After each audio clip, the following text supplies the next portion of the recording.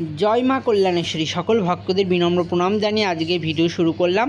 তো ভিডিওটা স্কিপ না করে পুরোটা কিন্তু তোমরা দেখো, আমার অনুরোধ রইল। আর আজকে শুক্রবার সকালবেলা স্নান সেরে প্রত্যেক দিনের মতো মায়ের মন্দিরে ঢুকে পড়েছি। মন্দির পরিষ্কার করে সব কিছু গুছিয়ে নিয়েছি, মাকে বাল্য সেবা দিয়ে নিয়েছি, জল বিস্কুট। আর এবার সব কিছু গোছাচ্ছে। আর আজকে দেখছি সকালবেলা থেকে সূর্যদেব একটুখানি উঠেছে। প্রত্যেক দিন তো মেঘলা আকাশ, বৃষ্টি, তো আজকে আকাশটা একটু পরিষ্কার লাগছে সকালবেলা। আর দেখো আজকে ফুলগুলো সব শুকনো, কদিন প্রত্যেক দিন ফুল ভিজা থাকতে। আর এই ফুলটা গন্ধরাজ ফুল, আমি নিজে হাতে এই গাছটা পুঁতেছিলাম, তো ফুল ফুটেছে, তাই মাকে সাজিয়ে দিলাম। কেমন লাগছে বলো সকলে। তো এরপরে পুজো দিয়ে বেরিয়ে পড়লাম। পুজো দিয়ে বেরিয়ে দেখি গরুর একটুখানিও বিচুলি নেই, যা বিচুলি ছিল সব খেতে দেওয়া হয়ে গেছে। তো এর জন্য বিচুলি কাটতে বসে পড়লাম। বিচুলিটা কেটে বস্তায় ভরে রাখলে তাহলে প্রতিদিন দিতে সুবিধা হয়, প্রত্যেক দিন কাটতে বসতে হয় না। যেহেতু আমার একটাই বাছুর, তো তার জন্য আমার বেশি বিচুলি লাগে না।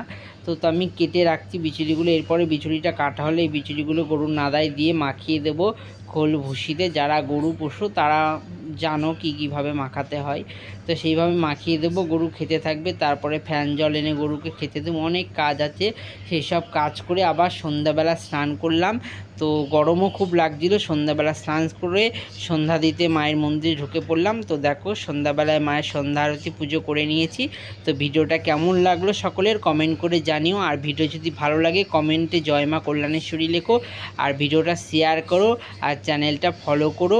সকলে ভালো থেকো, সুস্থ থেকো। পরের ভিডিও তোমাদের সাথে সকলের সাথে আমার আবার দেখা হবে। প্রত্যেক দিন একটু একটু করে তোমাদের ভিডিও দেওয়ার চেষ্টা করব আমি, আর তোমরা আমার পাশে থেকো। আর আমার মা কল্যাণেশ্বরীকে তোমাদের কেমন লাগে তোমরা কিন্তু জানাতে কেউ ভুলো না। তো সকলে ভালো থেকো, সুস্থ থেকো। পরের ভিডিও দেখা হবে। জয় মা কল্যাণেশ্বরী।